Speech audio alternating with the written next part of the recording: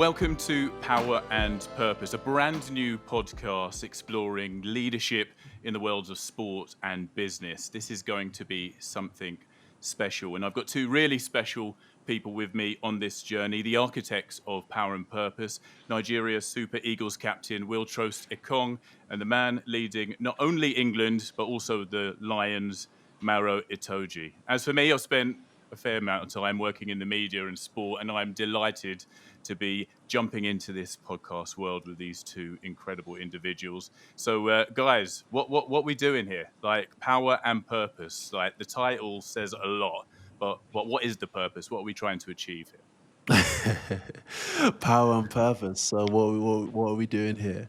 Well, I guess we've all been connected through different means along our professional journeys, and I guess for me, what we're truly trying to have is impact. Trying to have elevated conversation in and around leadership, in and around purpose, and just hopefully taking people along that journey, learning from each other, learning from potential guests on the show, and just looking to have an elevated conversation about sport, about politics, about business in a way that I guess is not often seen in the media.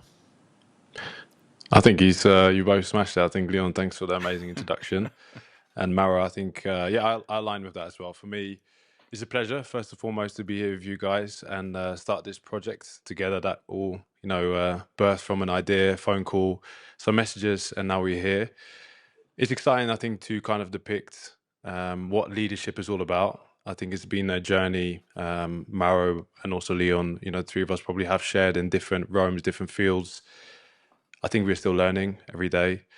And there's so many inspirational people, I think, within our contacts that we were probably going to lean on throughout this journey that we're going to be on with this podcast. And to understand how they go about their daily life, their roles, and how they've grown into that. We all start from somewhere.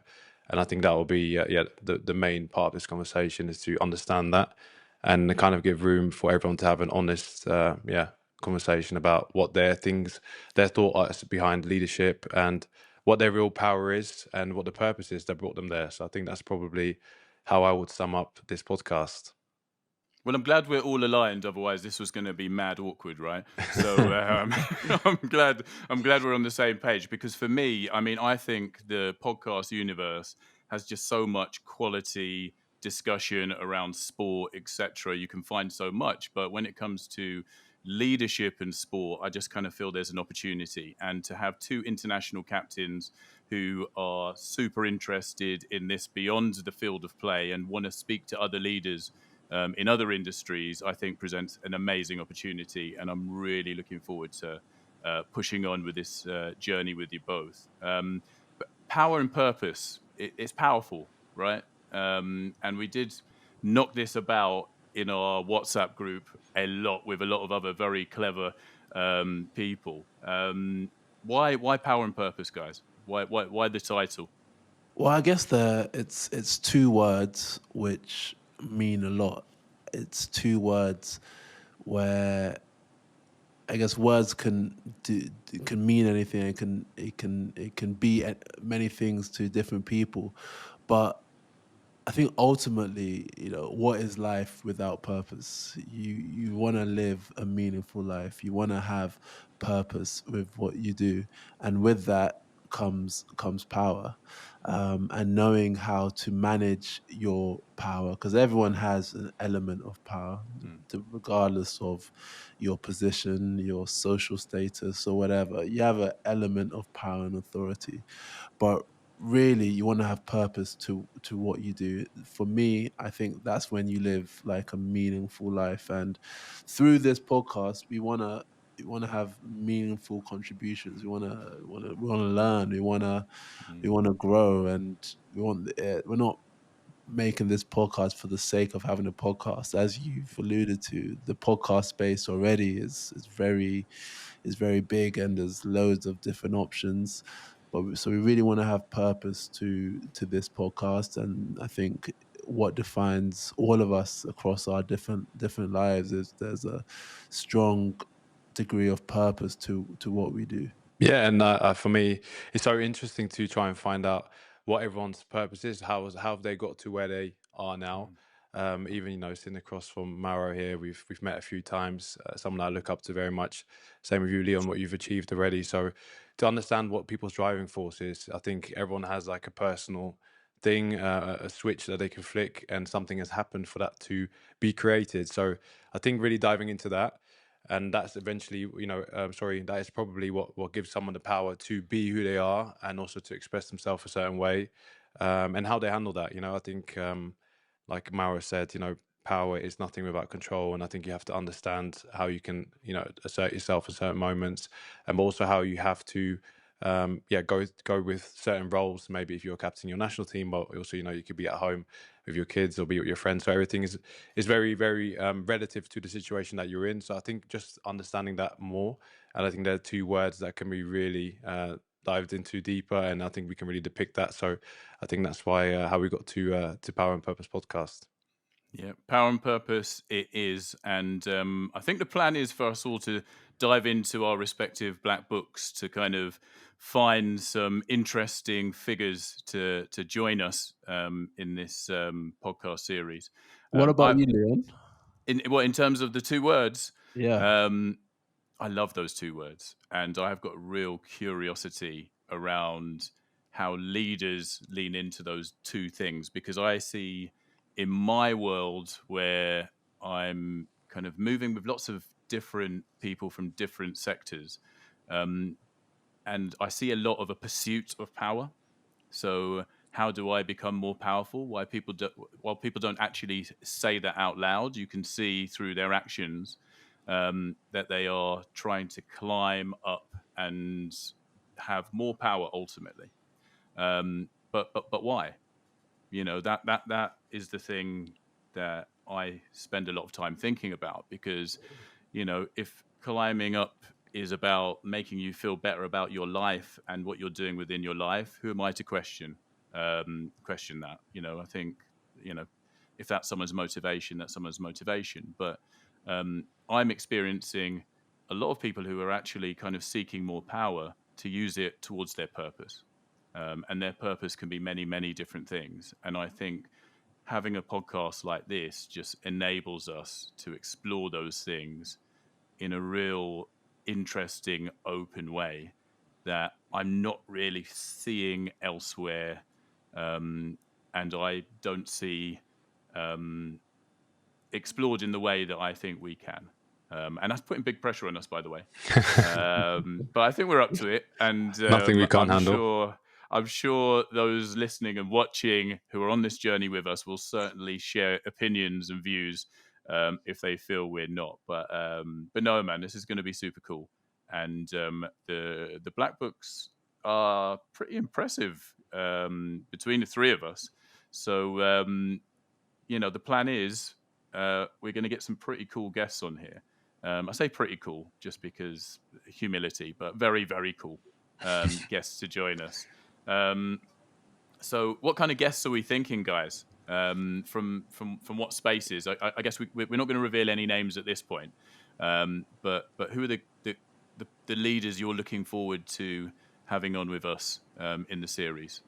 I think for me, I really want to explore other people in the diaspora, Africans who've been successful. I think the initial thought about this podcast was kind of to understand that space, but the more I thought about it, the broader it's become, whether it's just in sports or whether it's in business, whether it's in politics. I know something that Mara is very passionate about, but I think there's so many blurred lines on what great leadership looks like and understanding what empowers those people. So I think for me, it's such a broad spectrum of guests that we can get on. And yeah, I think I kind of want to, I think it's so exciting because we have probably similar but also different contact books. So whilst this will also focus on sport, I don't think that's going to be the only theme or category that we're going to be looking into. So I think that's probably the most exciting part, because I'm just wanting and eager to learn really from different sectors and different disciplines and different fields really. I'm also interested to speak and listen to people who break down what is commonly conceived as what leadership is. And there's in society you have this image of what a leader should and what it should look like and what it should be and how they, him, her should act. I'm interested in speaking to obviously people of notoriety, but as well as everyday normal people who we come across in our daily lives who have incredible leadership stories that they can share. So I think the whole range of that will be extremely fascinating. Yeah, and I'm looking forward to exploring like the vulnerability of leaders as well. I really hope with our guests we can make them feel that they can share where they got things wrong, because I think we often learn when things aren't going so well a lot more about ourselves and develop in that space. So I'm looking forward to speaking to people, probably within sport, yes, but also outside of sport, to be able to kind of get a sense of what did you do when things went wrong. Because when things go wrong, that's when I'm kind of looking through my phone book and thinking, who can I speak to offer some kind of guidance, some kind of gem that unlocks something to help me solve this problem. And ultimately, as leaders, we're in the business of solving problems. So yeah, I think we're going to have a lot of fun with all of this, and it's going to be cool. But anyway, I'm going to stop saying that because it feels like we're trying to oversell this thing, and people are going to say, "Oh, no, you're going way over the top here." So we will let the guests and the content do the talking. I think it's fair to say. I think it's fair to say, and I think on top of that, there's so much to explore. There's so much that I want to kind of pick your brain at, Maro's brain, about how he's experienced certain things, and of course, the very exceptional positions that you both are in. So I think we can probably start with doing that first, and then, like you said, the guests that will come on, they'll speak for themselves. But yeah, I think we can definitely promise that it's going to be some exciting people joining us as well. But I think we've got, for me, we have two exciting people right in front of me that I want to get to know more and understand better. And I'm sure that anyone who's listening will probably feel the same and probably has some other questions as well that will be burning.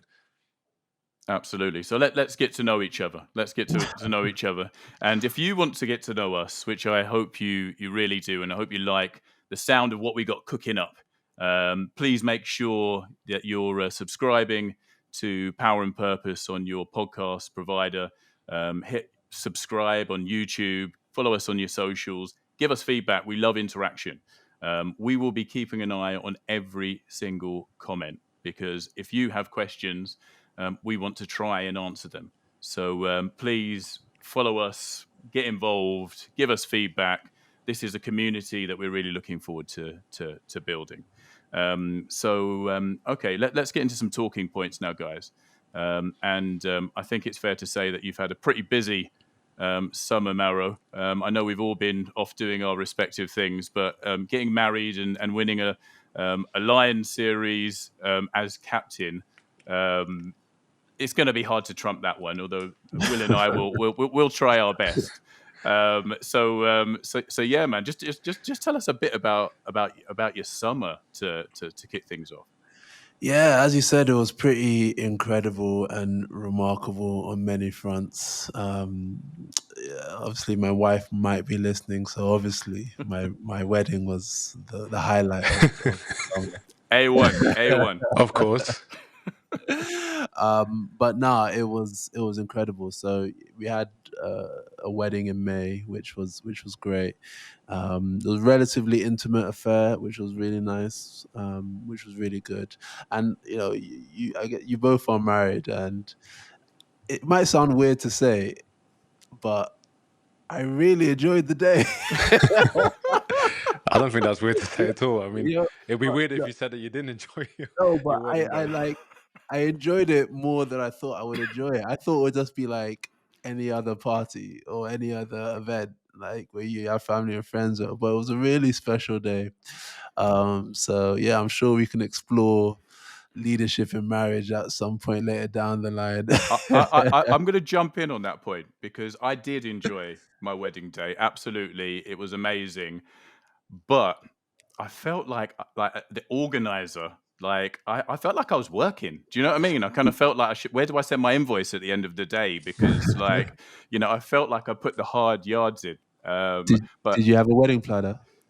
no, we didn't. And That's where you went wrong. to be fair, we were skint, man. We couldn't afford. We couldn't afford.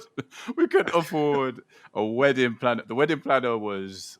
Well, I mean, to be fair, my wife did the lion's share of work. I kind of just turned up, but then, like, I'm an events guy. So on event day, I'm like, why is that chair not there? Why is this moved? Sorry, when they turning up to do the DJ set, why is the food not like all these questions? So I was sweating. I was sweating on my wedding day. But I think that's just the nature of who I am. I just like getting my hands dirty, and I can't just sit back and relax. So that's some self-reflection I need to work on. I think we're going to get into that. I think about delegation and leadership, but I completely understand wedding days. I think I have to agree, especially if it's your own wedding. You just want to make sure that everything is right, and sometimes it's difficult to let go. But Maro, it sounds like you had a great day. I'm still waiting for my invite in the post, but hopefully now that we're co-hosting a podcast, we'll be there to celebrate the anniversary, Leon. So no, it sounds amazing, honestly. There you go. There you go. And Maro, last time I saw you, you were sporting a ring that I was like, dude, that looks very expensive. Like that gold. Like, where is that from? And then you revealed that it was a plastic ring. Yeah, it's a rubber ring. I've got the ring here. It's a rubber ring, but it's a rubber ring for a number of very important reasons. First of all, I got these big fat knuckles, so getting gold rings or whatever in and out is particularly taxing, and I get so many injuries with my fingers as well. So I think I'm going to wait until I retire, so I actually know the size of my fingers, how they're gonna. Before I get the real shebang. But to be fair, I like a rubber ring. I can play in it. I don't have to take it off for training or anything. But a gold one would look a lot better. But we'll get to that one day. Absolutely, I'm very sure. Is it common in rugby that there are kind of rubber rings on a serious note? Because it's something I hadn't seen before. Yeah, it's actually quite common. I would say at least 50% of my contemporaries who are married would probably have a rubber ring. A lot of people also just have the normal like gold, silver, platinum rings, but rubber rings are quite in fashion. Yeah, well, I was going to say, Will, in football, I mean, people like tape up rings, do they? Or I'm trying to think now. Yeah. It's I have to confess, I lost my wedding ring. I know my wife's going to be watching this as well. So, but yeah, that happened because every training session, every game, you had to take it on and off. So, yeah, I probably should have got a rubber ring. So, thank you, Maro, for the suggestion. But Leon, I probably would be the first football player that has one of those because I haven't seen one of those yet. Leon, they tape up their rings for different reasons. Oh dear me. That's a whole different podcast. That's a whole different podcast. Yes, I don't have any issues with rings in my profession. So I'm have it ringed up and won't be losing it with my once a week workout. So I think I'm in safe territory there. But in terms of the other event, Down Under, first of all, we're very proud of you, man. Like, to take on the pressure of leading the Lions and then come back with the W, like super, super cool, man. But I know you've spoken a lot about that tour. So I want us to hone in on the leadership element around it because, by the very nature of the Lions, like clearly it's a diverse group, right? And it was brilliant watching your content while you were out on tour, particularly with the Irish players. And I have Irish roots myself, calling you Mario, which I thought was fantastic, which had me in stitches. But going into the tour, did you have like a strategy or a thought in terms of how you brought everyone together? Because obviously these are guys who are used to smashing each other up on a regular basis for their countries. So what was your strategy around that, if you had one indeed? Yeah. So for these Lions tours, as you said, there are four nations: England, Ireland, Wales, Scotland. They have we have four different playing styles, people from all over the place within those four nations. So there's a lot of diversity in thought as well as background, ethnicity, etc., etc. So by far the most important thing is cohesion. You need to be singing off the same hymn sheet. And in many ways that is a challenge because you have 40, 38 of the best players in the British and Irish Isles. So every one of those players were used to being the man at their club. Every one of those players are used to being the star of their country. They're used to be given the trust of the coaches. And you ask throughout a tour like that, you ask people to do different roles. You ask people to do roles that they may not want to do, or they may not be too comfortable doing it. So that is a challenge. However, the beauty of the Lions is you also have 38, 40 players who desperately want to be there. And when you have that, that's a massive positive, a massive bonus, because you have something that hooks everyone together straight away. You have something that binds everyone.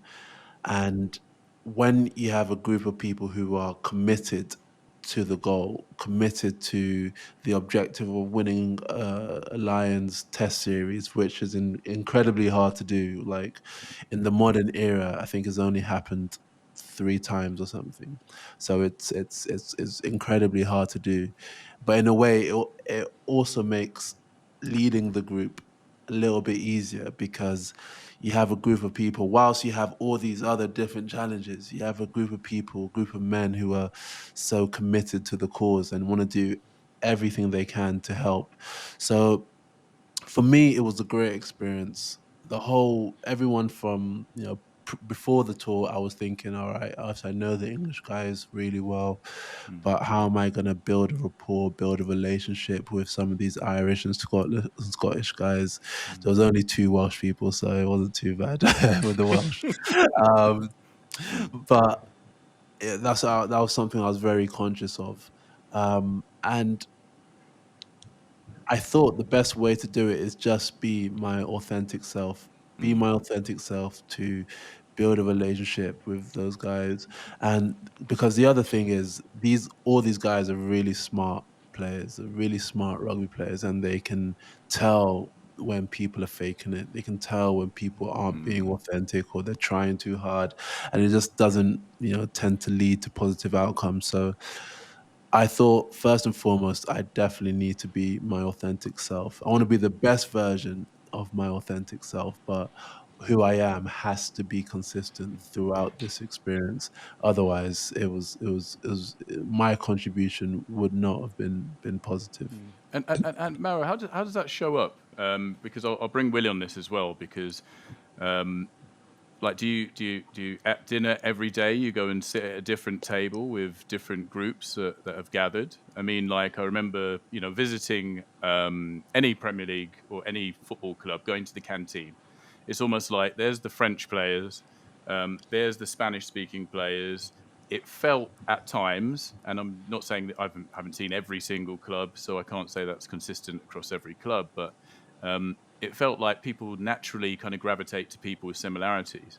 So I don't know, Will, what your take is on this. Yeah, I think my burning question is because yeah, you see that you guys have the buy-in in the group, which obviously is something very special. Like you say, everyone is so committed, and you say you are your authentic self. But for people who don't see that side of you, what does that actually look like? What do you do? Do you stand in front of the group? Would you say, okay, I'm going to have an opening speech and then try to get everyone on board that way?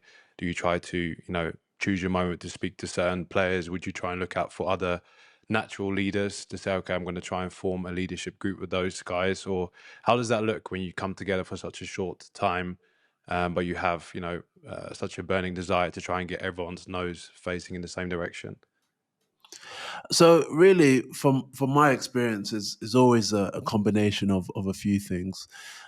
So I did have the opportunity to address the team at the start when we very first got together, What did and you it say? was, what did I say? So I'll get to that.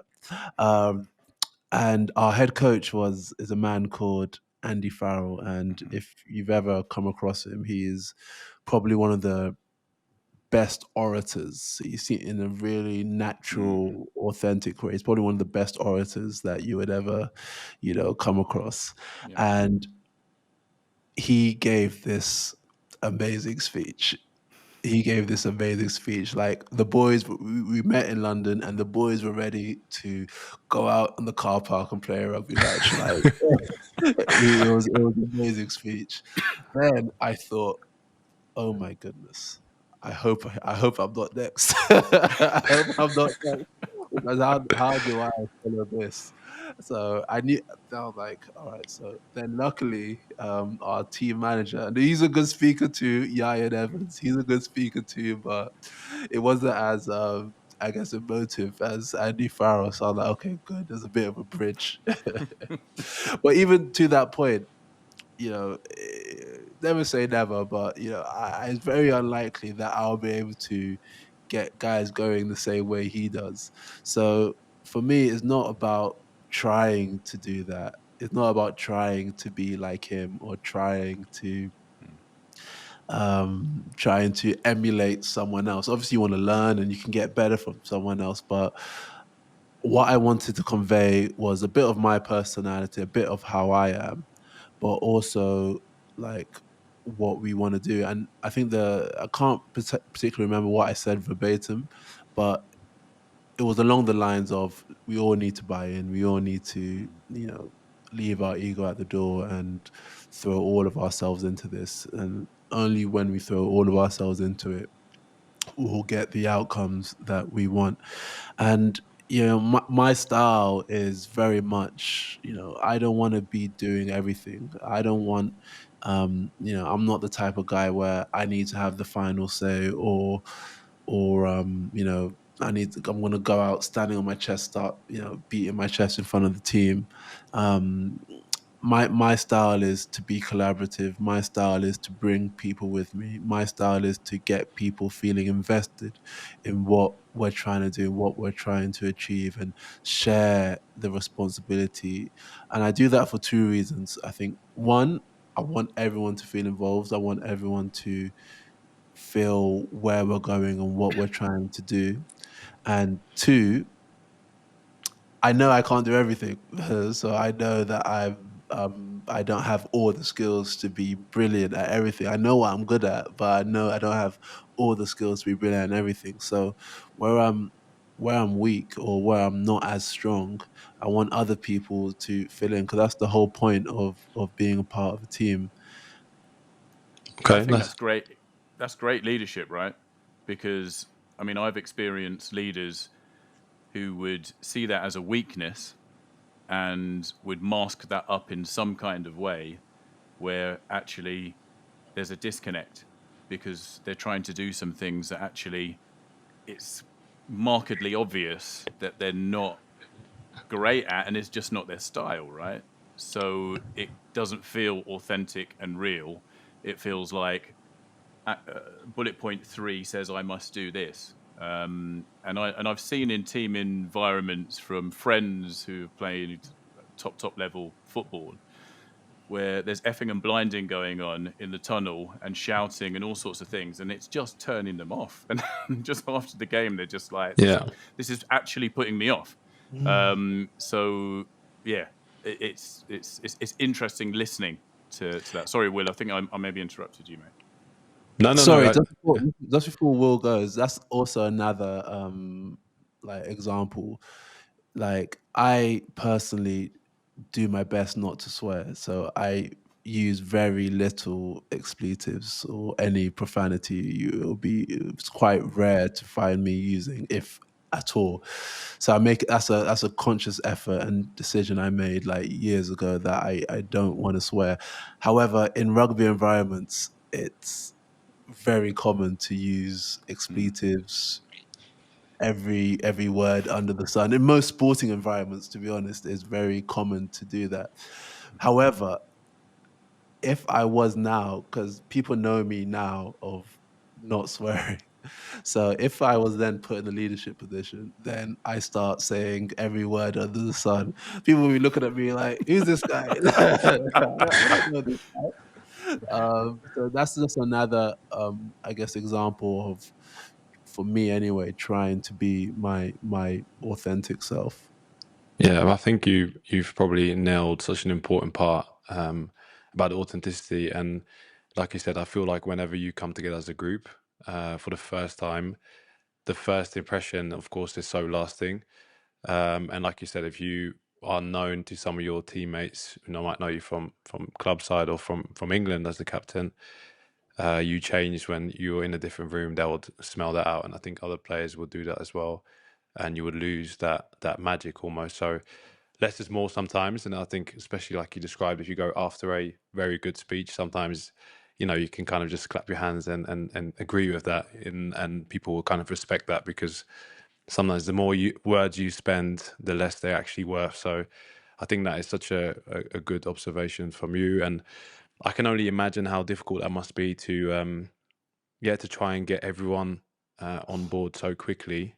And like you said, you have so many different egos also to manage. So how does that look in a rugby environment? Because if I talk about the football side, being a national team captain now, it's a team that I know quite well. Most of the boys that are in there have been there for many years. Sometimes we have some new players, but they tend to keep themselves a little bit more quiet when you're new to a team. But you will step into a situation where maybe seniority isn't important, because all of you guys are, of course, selected for being there and adding something right now, and maybe not necessarily for the experience. So how does that look, and how would you try to manage if there was any egos in the team, to say, okay, would you try and treat them any different and see if you can maybe leverage that and try to give them more responsibility so they can become closer with the team? Or would you try and treat everyone the same? How does that look for you when you have such a big group?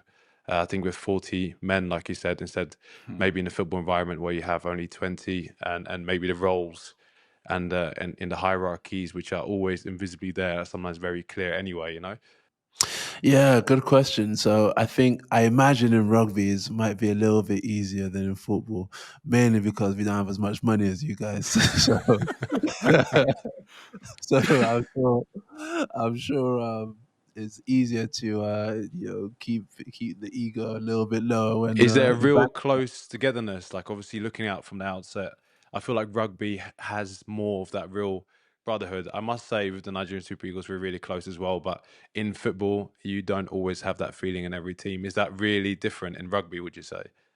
I would say so. For most of the teams that I've played in, both at England Saracens and the Lions, like that is something that we put a huge priority in, like togetherness, the bond that we have, the cohesiveness of the group. That is massive. And because rugby is an interesting game, because there's someone like me who's tall, slim, like reasonably muscular, and then there's like the shorter, stockier guys, or then there's like guys who are like mid 5 foot, but really quick, really agile. So the point I'm making is that you have a series of players of a series of positions who individually doesn't really make sense that we're playing the same game, but you need everyone. Yeah. So like the things I do that literally two positions away from me, they just cannot do, and vice versa. So you actually, like, I imagine in football, whilst you guys have slightly different skill sets, whether you're defender or striker, but relatively similar athleticism, you have relatively similar speed, maybe bar the goalkeepers, maybe they're on their own. Yeah. But In within our mind, rugby, we definitely are. I'm as fast as the strikers. I can finish like them. So I can understand what you're saying, but yeah, and I can imagine rugby that being very clear, obviously different. So yeah, it's something that we place a high priority on. And to answer your initial question with regards to ego, there's ego everywhere, whether it's at Saracens or international with England or the Lions. You know, there's ego everywhere, but it's how you manage that ego and how you use that ego, because there's ego that is good, and I think there's ego that is can be a positive for the team, and there can ego that can be a huge negative for the team. So we often talk about like leaving your ego at the door and having the humility and be humble enough to learn, take feedback. Does that And look also, does that look like being coachable, or would you say what would be, if you were to say in practical terms, if you say leave your ego at the door, if you are saying that to your team, what are you expecting the guys to do and how to respond to you or the environment of the coach, you know? yeah, so it's definitely about being coachable. It's about being able to respond to feedback, whether that's from your teammate or from the coaches. It's also being able to respond to feedback from people who you may think are of a in inverted commas, of a lower status than you. So if a young guy who's just come in is saying, "Oh, you're a little bit flat on that pass or whatever," you need to have the humility to take that feedback on board and not just tell him to be quiet because he's 10 years younger than you. Yeah. And to that point, also, it's also about being honest.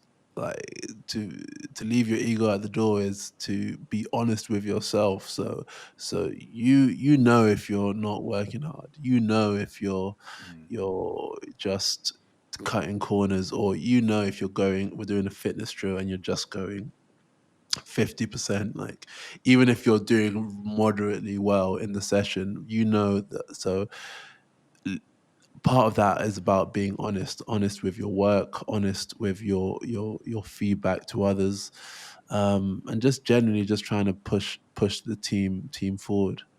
Yeah. I'm gonna chuck in a book reference here, because the former NBA star Luol Deng is a good friend of mine, and I asked him what he was reading because I'm genuinely fascinated about what people read, choose to read, etc. And he told me a book called "Ego is the Enemy."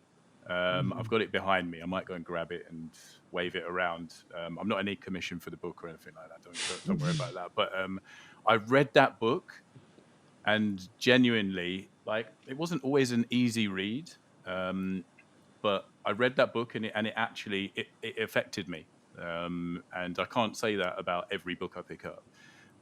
It really taught me some useful lessons about self-reflection and how ego can just prevent some conversations that lead to actions that lead to good things. So if anyone is looking for a good book to read in the autumn months, then I'm chucking in "Ego is the Enemy" as a little reference there. I'm gonna have to get that How myself. how have you seen it play out in your life, Leon?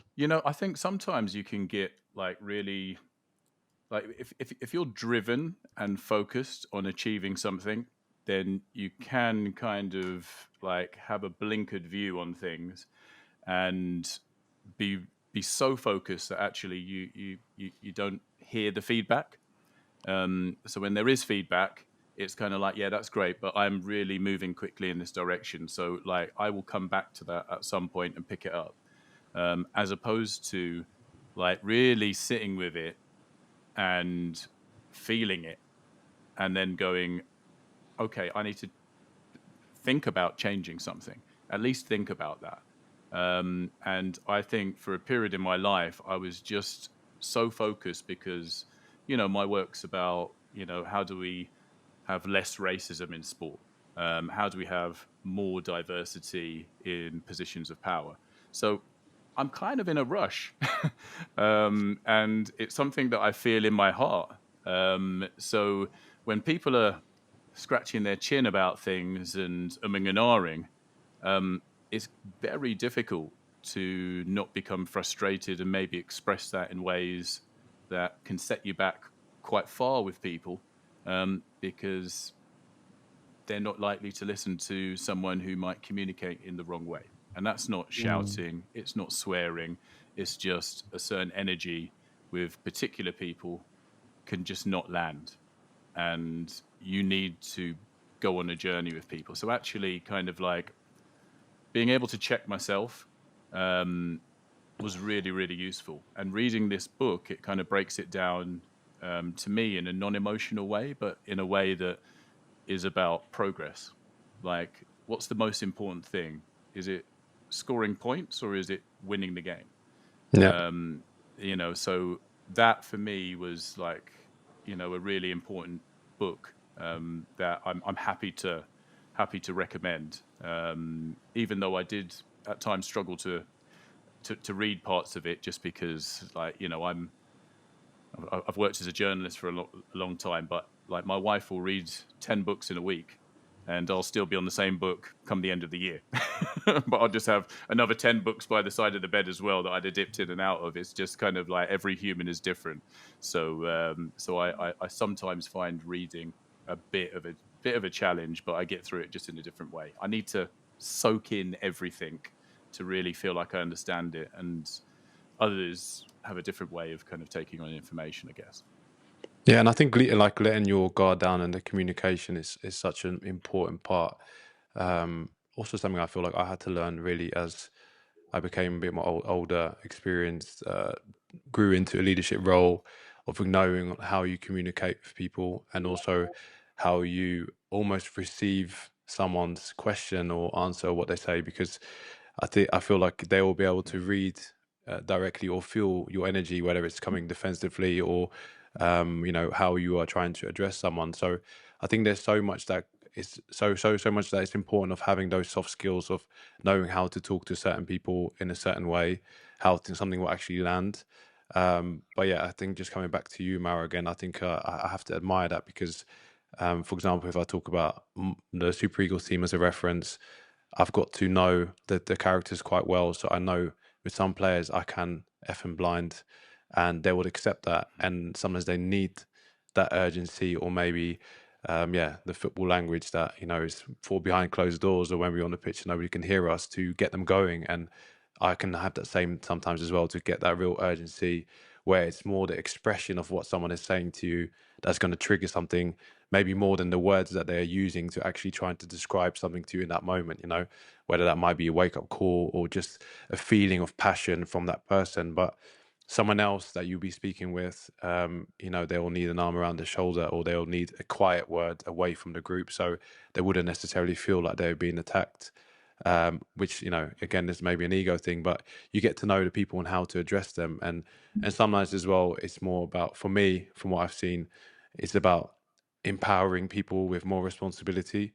And then they will behave a certain way once they know that they are in that position, or you look at them in that way. So I think trying to do all of that on the Lions tour must have been very difficult. And I think I've got a lot of respect for how you did that. And from an outsider perspective, I think that's why I was so keen to understand what went on behind closed doors, because we only see it from your vlogs and pictures and videos, and sometimes you get some bits from inside the changing room. But it must be something really difficult to do, and I think it's something that I definitely want to try and understand more from, and also understand how that works in the rugby world, because that's all new for me. But I'm sure there's a lot of things that will be transferable to my football bubble, for example, but even in life in general. So yeah, thanks for that. And I think, Leon, and coming back to what you were saying about the ego part, I think there's so much room for that as well. And like I said, for myself, it was a whole journey as well, to try and make things not about yourself, and like you said, about winning, and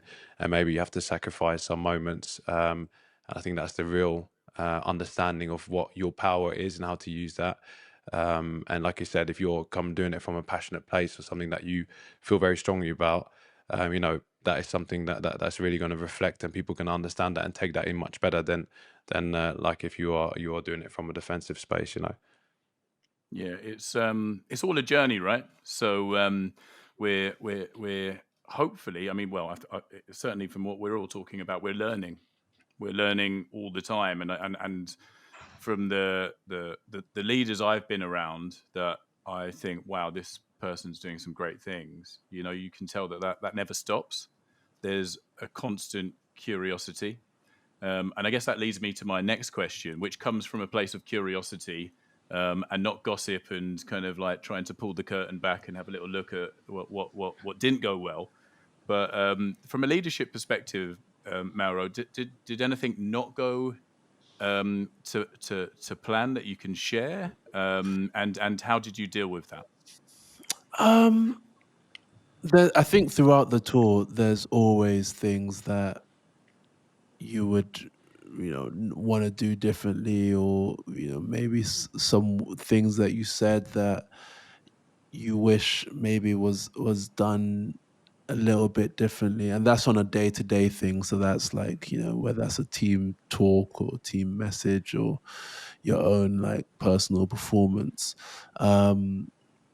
But by and large, without sounding arrogant, I thought it went pretty well. Perfect. Nothing went wrong. It was perfect. However, obviously there's always things that you could do better, and ultimately we set ourselves the goal of winning 3-0. We believed we had the quality and the talent, both in the playing as well as coaching staff, to do that, and we fell short. We fell short on the last game, particularly, and yeah, we end up winning 2-1. And so, if I was to look back at things that we could have done differently, I'll look back at the final test match and think about how we could have managed and played the conditions of the game a little bit better. It was a crazy game. It was basically thunderstorms. The game got paused for about 30 minutes.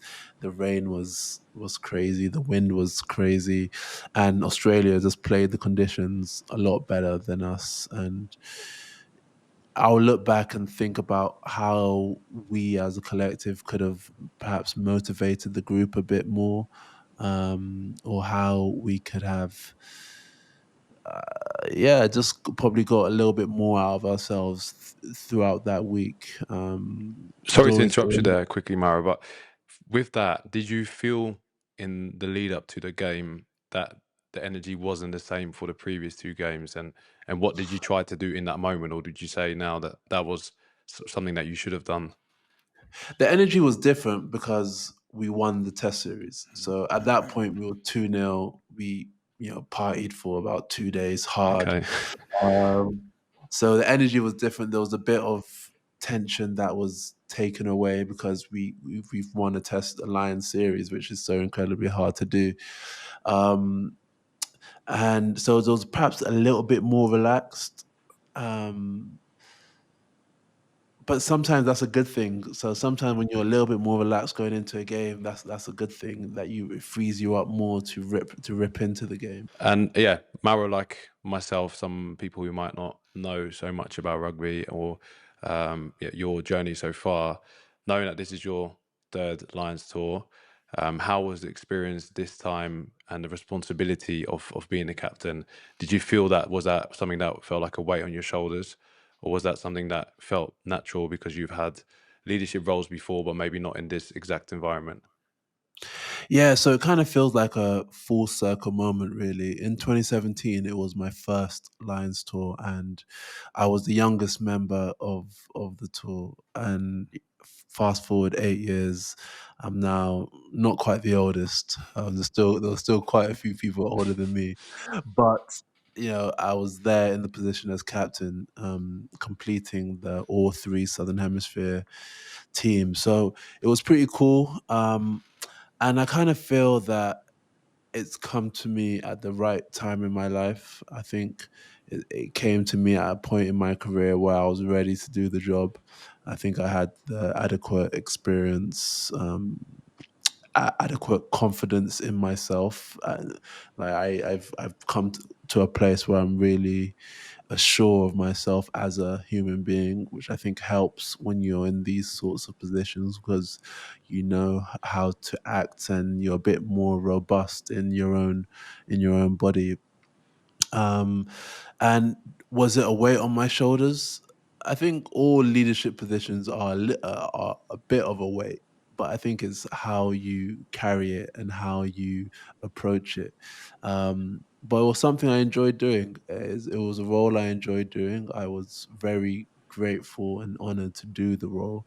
And I was also very fortunate to have a group of men who really supported me and really bought into what we're doing. So it was just an all round great experience. It's something that I feel throughout my career it came to me at the right time because I've been through so many experiences, supported so many different captains, been around so many different types of leaders, in all shapes and sizes. So it kind of just allowed me to know how I wanted to approach the role. So I've got two last questions for that. So, if this opportunity would have come to you earlier, would you felt as ready, or what would have been the difference for you to say I wasn't 100% ready for that yet?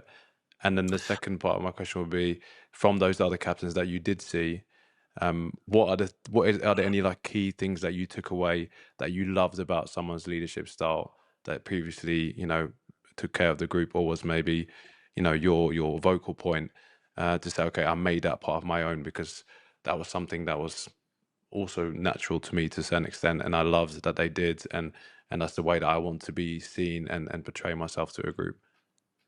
Yeah, so I always find that question really fascinating. The first one of, oh, would you have been able to do it 4 years earlier, or 8 years, or five, however many years or so earlier? Or have you ever And shied away from a leadership role? I think maybe that's a better question, even early in your career. well, no, the answer to that is no. But not many people do, even if they feel they're not ready for it. Um, but I think, well, I think I would have done a good job, but I think 30-year-old Maro would have done a better job. So I think as you go through experiences, as you go through lessons, I'm way more assured of myself now than I was 4 years ago, and I assume that will be the case in another 4 years or another 8 years. Like, I think that part of you is continually growing over time. So is a good hypothetical one to think about. But I'm definitely more ready for it. There's probably situations where it probably would have kept me up, or I would have spent more time thinking about it, whether it's how I approach a certain issue or what I say to a certain player if they're going through a certain situation, where I just feel a lot more at ease at doing stuff like that now. I'm by no means perfect at it. And another thing I've grown a bit more comfortable in is not knowing the answer, or not knowing the direction that we're meant to go. Because often as leaders, you're meant to come up with the solutions and you're meant to come up with the answers. Instantly. Yeah, and you know, there's with leadership, sometimes it's okay not to know the answer. I don't have to have all the answers, but what I've grown to is having the belief that we can find the answer together. Like, I may not know it now, but I believe that we as a group can get there and we'll find it and sort it out, as long as you have that core fundamental things which we spoke about earlier in terms of cohesiveness, trust, the relationships, etc., etc. And Yourself. and my second one was from, the previous captains that you had on your Lions tours. What were the things that you loved that they did and said, okay, I'm going to try and make that my own, or I'm going to incorporate that in the way that I'm going to now be leading this team? Yeah, so I think there's loads of things that I could point to, not only in Lions tours, but also like whether it's England or at Saracens that I've learned from other leaders. It's like Owen Farrell's one of the most competitive people that you would ever meet. Super competitive, wants to win everything, whether it's a rugby match or whether it's a 3-point contest or whether it's golf. I don't play golf, but whether it's golf, he would definitely want to win that. Mm. So you feel that energy and competitiveness from him. Someone like Steve Borthwick. So Steve Borthwick, who's the current England coach, I saw him in his final year as Saracens captain. That was my first year coming out of school, and he was the most diligent man that you would ever meet. He left no stone unturned. He had a strict regime. He would get in at like 7 o'clock with the academy kids and go through his warm up, warm down, all that kind of stuff. He was incredibly diligent. Then there was other guys who were like pure fire, pure emotional fire. Someone like Dylan Hartley was England captain for a few, and he was just emotion, he was just anger, he was just all of that kind of stuff. Mm. And then there was someone like Billy Vanapola was a bit like that as well. He always heart on his sleeve, and he would go at everyone and be mouthing off at everyone and just have that robustness. And you have some guys who were tough. You have some guys who were like really measured, like Brad Barrett was captain of Saracens in our heyday, I guess, and he was really measured, really in control, but he had that steely competitiveness. In a Lions context, um, Alan Wynne Jones was a great captain as well, for Wales and for the Lions. He was extremely competitive. He had that fire as well. Sam Warburton was a bit quieter. He was probably a bit quieter, but he also was super professional, super diligent. So there's all these little things that you can take and pick up from other people. But what I've learned is, which I think is incredibly important, you don't try and be them. You don't try and give a thumping speech like Owen Farrell or Richard Wigglesworth, or people. You don't try and emulate that, or you don't try and be like like Brad Barrett or like whoever it is, Dylan Hartley. What you want to be is the very best version of yourself, and that person is incredibly unique. That person is the most powerful leader that I think anyone can be, is the best version of themselves. Because what And sorry what does that best version of Mauro look like? If you were to describe that now, I'm dying to know what that looks like.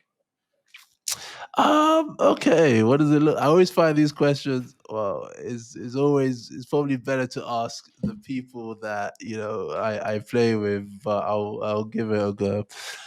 So I think I'm a leader who leads by example first and foremost. I think the best leaders do that. They lead by example, because if your performance isn't at the adequate level, then everything you say thereafter loses legitimacy. I like to think that I'm a reasonably measured person, so I don't make rash decisions. If I do, it happens very rarely. I'm thoughtful, and I like to think through things, um, and I like to make what I say is smart decisions. Um, what else? I'm collaborative. I don't want to do everything by myself. I'm happy to delegate. I'm happy to let people run with things and trust them. So I want to work together. I want to work with people to reach the goal. I'm probably hot on like punctuality and like putting the team first and things like that. But really, I just want to work with the people and make sure we get to the outcome we want. I like to think I communicate quite clearly. I like to think it's clear and concise with what I say. So that's how I describe myself. That sounds good. Sounds like I would like to play for you. I don't know if you still got a spot on the team, but no, I think that's really sums up, a great leader in my opinion as well. Yeah, I don't know what you think, Leon, but it sounds pretty good to me. You know. Sounds amazing. This is fascinating insight. I mean, I can see you taking notes under the table there, Will, because you've got the small matter of AFCON coming up in 2026. But before we jump into that, to have a brief chat around AFCON, because we've got plenty of time between now and AFCON to really jump into that over the coming months. Please, everyone, hit subscribe. Like, comment, engage, social media, the lot, get involved. This is a conversation between three people, but this is about a community. This is about leadership. This is about engaging you in the conversations that really matter around leadership in sport, politics, culture, business. We're going to cover the whole lot. So please do get involved. I guess a nice way to kind of move this on is I know that both of you have spent time in Nigeria this summer. I've been not stalking your social media accounts, but just keeping an eye on things and what you're up to. It looks like you've both had an incredible time, and I want to kind of lean into the purpose element of this podcast because Will, you've been organising charity games and doing all sorts of incredible things in Nigeria. I don't know if you want to update us all on what you've been up to and why, importantly, why you're doing the work that you're doing. Yeah, I think you kind of touched on it with the purpose. I feel like Nigeria has given me so much. Being part of a national team for over 10 years, being traveling to Nigeria regularly to spend time with my dad when I was a child growing up in the Netherlands. It's a place that feels really special to me, and I felt over the years has given me so much that I only felt right that I could use this platform that we have to kind of give back.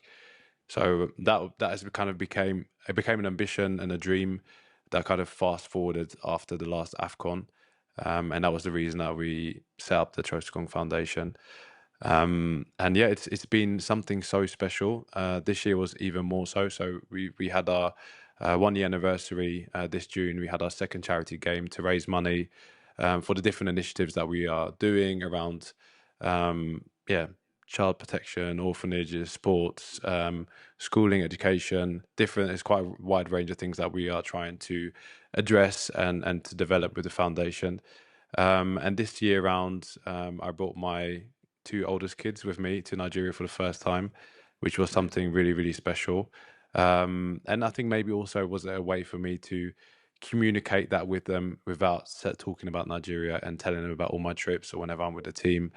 And I think also for my wife was the first time she came to Nigeria, so she understands where this purpose and passion comes from now. So I feel like also in life you are in different phases of what you want to do. I think, as an athlete at a young age, you're very selfish. There's a lot of me, and I want to make it, and I want to do this, and I want to win that.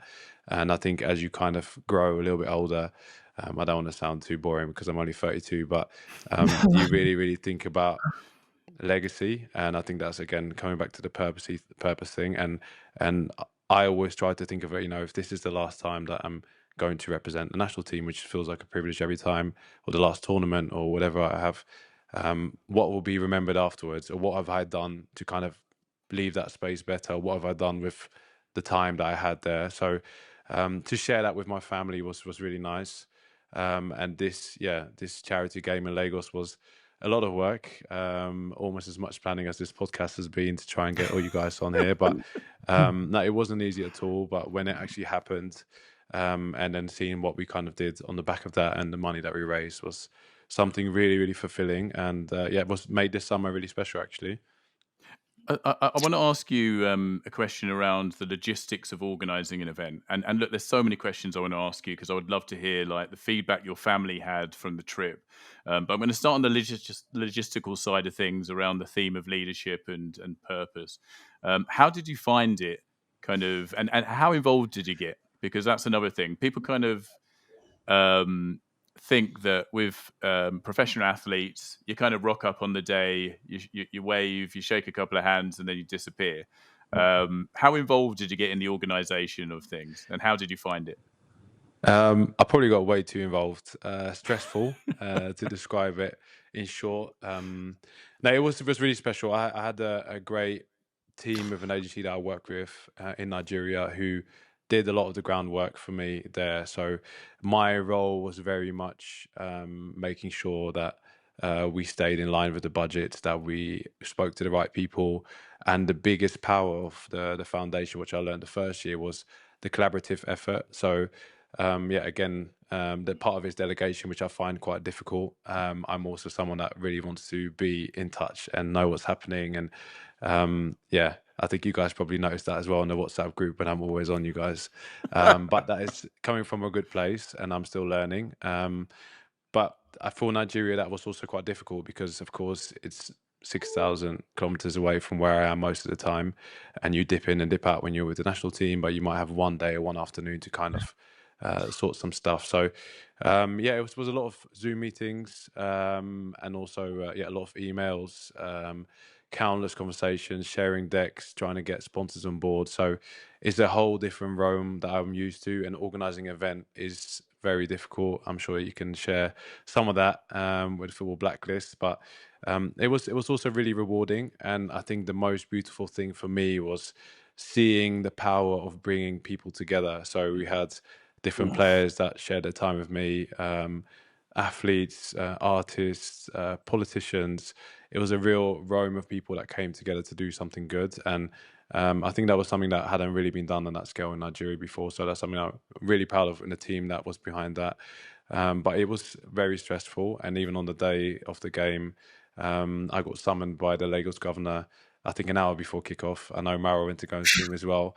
And when you get called up like that, you have to go. So I was sat in there waiting for him. And then, that you always realize that there's leadership above leadership, and you know your place very quickly. And yeah, I sat there and I managed to invite him to come and play the game with us. So we had to delay it shortly, and then you want to do kickoff. So it was amazing. But yeah, you do I hope you question. didn't go easy on him. You Yeah. didn't go easy on him. It was you definitely question if you are doing the right things a lot of the time, because you're trying to please so many people. And I think the most important thing then is to try and remember who you are actually really doing it for. And of course, the main actors of this were all the children that we support with the foundation and do activities with, who weren't necessarily there on that day in Lagos when we were organizing that game. So I think you kind of try to tie it back to that every single time, so you remember that it's not just a showcase and a who's who, and trying to get as many celebrities together. So that kind of gives me the power to talk to people in a certain way and make them understand, this is not for me, this is not my testimonial, whatever. We're doing this for the kids. So it was a great, great event, but very stressful. But yeah, I can only say that I'm, really happy with how it went in the end. Amazing. I saw Maro was leaning into the microphone, so I was wondering what the question he might have there. I mean, I went to Nigeria some time ago with Rio Ferdinand, so that's the only time I've been, which is an absolute disgrace, because given the Nigerian diaspora, I should be visiting Nigeria a lot more, given the influence of Nigeria around me, although I've got Ghanaian family as well, so we're kind of... I know. I was wondering when to raise that towards the end of the first. So you can't get rid of me now, basically, on this pod. So now I was going to mention it, but I remember the energy in Lagos. My gosh, the energy. Didn't Rio get a chieftaincy title on that He trip? did, and I was in the room. I was in the room when that happened. They didn't give you one. Unfortunately, as a young up and coming BBC journalist, they kind of didn't select Ghanaian me. journalist. I might have to add that in there as well. They didn't select me on that occasion, but it was just wonderful. Just the energy was incredible, and obviously, I mean, Rio Ferdinand's like huge name in football. I think he just won the Champions League the season before, so there was just a crazy energy. But just I'd never really experienced anything like that in all the countries that I've visited, and I'm quite well traveled through my work, like previously as a sports journalist and now as a consultant. I travel quite a lot, and Jamaica has an energy, and that's kind of my spot. But what I experienced in Lagos was remarkable, and just such a young population as well, which is why your work there, Will, is just so important, because the stat around the ages of the people in Lagos just blew my mind. I think it was like 50% were under a certain age, and I just Yeah. thought, this is like, this is wild, in terms of my understanding of the place. So yeah. Next time you're delivering your work, I'm not after a freebie, but let me know, man, because I'm going to be I'd be super keen to jump on a plane and see the work that you're doing. Yeah, Yeah. 100%. We'll have to get you involved, both of you. So rugby coaching and Leon, see if you can do a bit of rugby or football. We still need to Oh find out. man, I'll give both a go. I'm rubbish at both, so it's all good. But No. I did promise a question on AFCON, and again, like I say, we're going to talk more about this, over the coming months. So it's just one question. But I mean, I guess Maro is reflecting on how much he's grown with time, with leadership, right? And you're going into this AFCON with a fair bit of experience. I mean, I know you're 32, right? So I'm not saying you're an old man, but a fair amount of experience. Do you feel that? Do you feel that in yourself? Do you feel that can make a difference in terms of how you lead and your level of confidence, maybe, going Yeah. into that? I mean, I could really relate to what Maro was saying. That's why I was just so interested to hear when I asked him about if he felt he was ready before. I think if I talk about my journey, I always had a real drive to want to lead and be a captain. For me, that was something I wanted to do. I wanted to take responsibility. That's what I felt like. And I think maybe that's also part of the wanting to control things all the time. And it's probably a false sense of thinking that you can control something. So my style with that has also changed very much from, I think, the first time when I had a chance to captain a team, I think was maybe at Spurs, under 16, under 17. I wanted to tell everyone what to do all the time, and then you kind of lose what you're doing yourself, and you realize that that's not really what people are waiting for. So over the years, you kind of get better at that. And last AFCON, of course, was something really special. We went to the final, lost in the end to Ivory Coast, but that was the first time where I felt like I unlocked something in myself, because I went to the tournament not sure if I was going to play. The coach spoke to me before the tournament and said, I just want to bring you for your experience. We had a falling out the year before, and it was kind of bitter, and I almost let my ego win. So again, like kind of coming back to you, Leon, I thought about retiring from international football, and now looking back at it, thank God I didn't. So when I went there, I kind of went with a feeling like I'll be content with whatever happens, and I just want to enjoy this moment. And I think that is something that comes with the experience, and maybe you are less excited about the whole happening and the occasion of the games that you're about to play, or maybe the fact that the whole nation is going to be watching, or the magnitude of what you're doing there. And I really zoned in and focused on the players and the people that we had. So it also helped us that we were in a position where nobody really believed we were going to do something. People always said, okay, we have a great team, but there's no cohesion. So that was kind of what gave me a real idea, and what kind of made us like the mission of, it's just us in the room, the 22 guys, 24 guys that we had, the staff.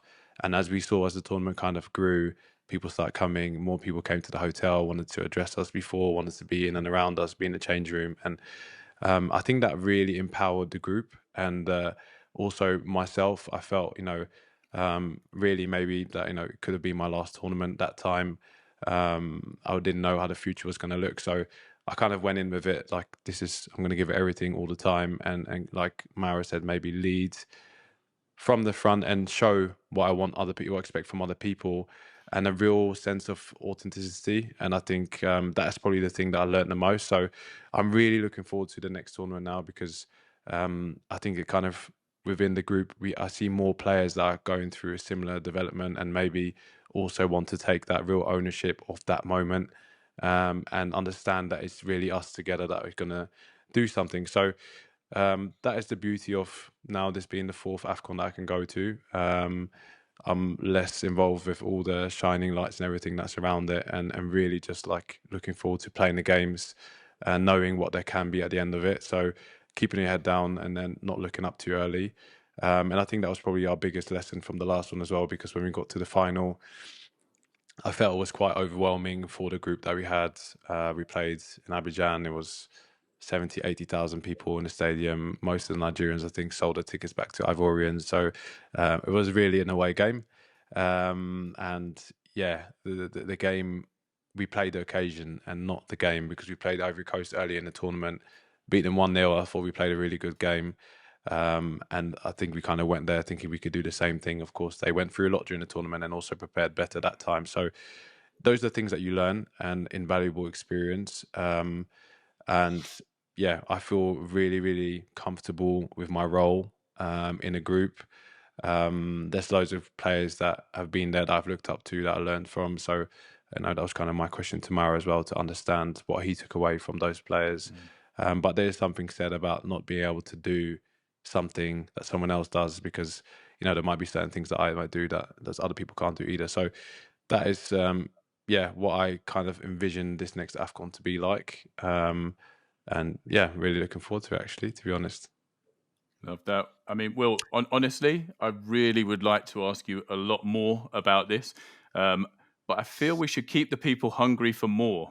Like, because I'm going to say now, like, to everyone watching and listening, get onto your podcast provider, download, subscribe, like, comment on social media, engage. We're going to keep the chat high quality, proper insight. And the guests, when we get them involved, are going to be top draw. So please do get involved with what we're growing here. This is episode 1, and I am hungry for episode 2. So I hope you guys are as well. So at this point, we've run out of time.